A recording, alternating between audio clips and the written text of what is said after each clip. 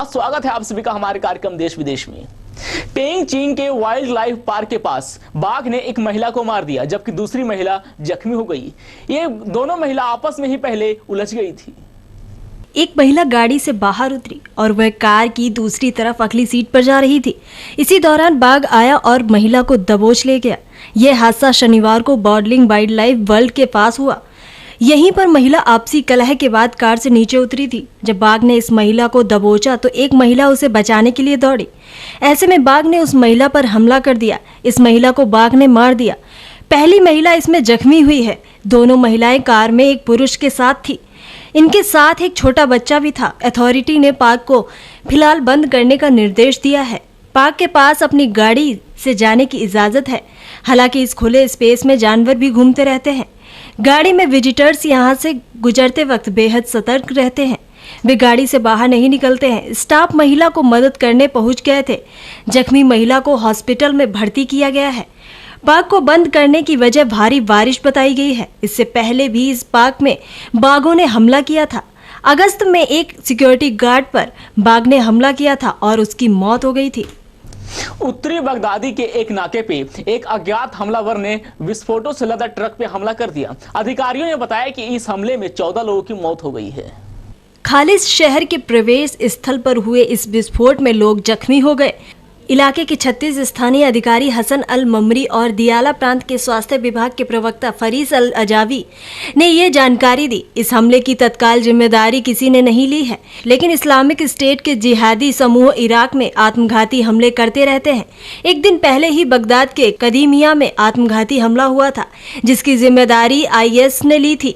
इस विस्फोट में कम से कम लोगों की मौत हो गई थी।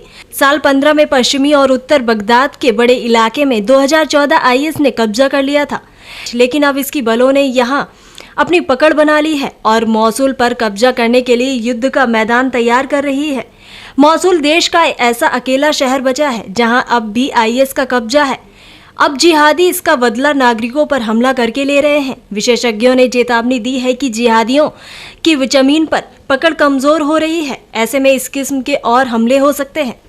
अमेरिका में शुरू हुए डेमोक्रेटिक पार्टी के नेशनल कन्वेंशन में अमेरिका के फर्स्ट लेडी मिशेल ओबामा शिरकत हुई। उन्होंने जब हॉल में भाषण दिए तो पूरी हॉल तालियों की गड़गड़ाहट से गूंज उठी। स्टार बनी मिशेल का भाषण सोशल मीडिया पर ट्रेंड कर रहा है। मिशेल ने हिलेरी को राष्ट्रपति पद के लिए बेहतर उम्मीदवार बताते हुए कहा कि अमेरिका के विदेश मंत्री के तौर पर हिलेरी ने शानदार काम किया है। दबाव में भी वो कभी नहीं बिखरी। रिपब्लिकन उम्मीदवार डोनाल्ड ट्रंप के लगातार ट्वीट करने की आदतों पर मिशेल ने कहा कि हिलेरी जानती है कि हर मुद्दे को 140 करेंटर्स में नहीं सुलझाया जा सकता। एक मां के तौर पर अपने अनुभवों को बताते हुए मिसेस ओबामा ने कहा कि मुझे हिलेरी पर पूरा भरोसा है कि वो अमेरिका के लिए बेहतर साबित होंगी। मैंने उन्हें देश के बच्चों की बेहतरी के लिए उनकी प्रतिबद्धता देखी है। हिलेरी क्लिंटन के राष्ट्रपति पद की उम्मीदवार के तौर पर औपचारिक घोषणा की जाएगी, लेकिन अब तक हिलेरी अपनी ही पार्टी से निपटने में असफल हो रही हैं। पहले ही डेमोक्रेटिक पार्टी की अध्यक्ष अपने पद से इस्तीफा देने की घोषणा कर चुकी है। पार्टी में हिलेरी के खिलाफ बगावत की आवाजें उठने लगी हैं। राष्ट्रपति उम्मीदवार की रेस से बाहर हो चुके डेमोक्रेट नेता बनी सैंडर्स के हजारों समर्थकों ने खुलकर हल्ला मचाया। उनका आरोप है कि पार्टी ने वोटरों की आवाज को अनसुना करते हुए राजनीतिक चाल खेलकर हिलेरी को उम्मीदवार बनाया है। भीड़ के खुलकर सामने आने का कारण हिलेरी और ट्रंप दोनों को नापसंद करना भी है। बांग्लादेश में आतंकवादियों के ठिकाने पर मंगलवार तड़के पुलिस ने छापेमारी कर 9 संदिग्ध इस्लामिक आतंकवादियों को मार गिराया, जबकि 2 अन्य को गिरफ्तार किया है।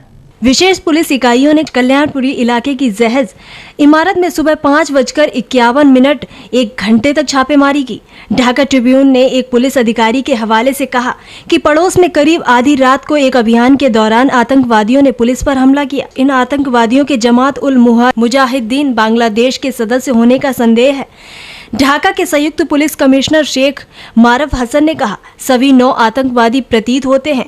काले कपड़े पहने इस्लामी बंदूकधारियों ने रात भर रह रहकर गोलीबारी की और अल्लाहू अकबर के नारे लगाए। उन्होंने बताया कि घटना स्थल से 2 अन्य संदिग्ध आतंकवादियों को गिरफ्तार किया गया, जिनमें से एक गोली लगने से घायल हो गया है।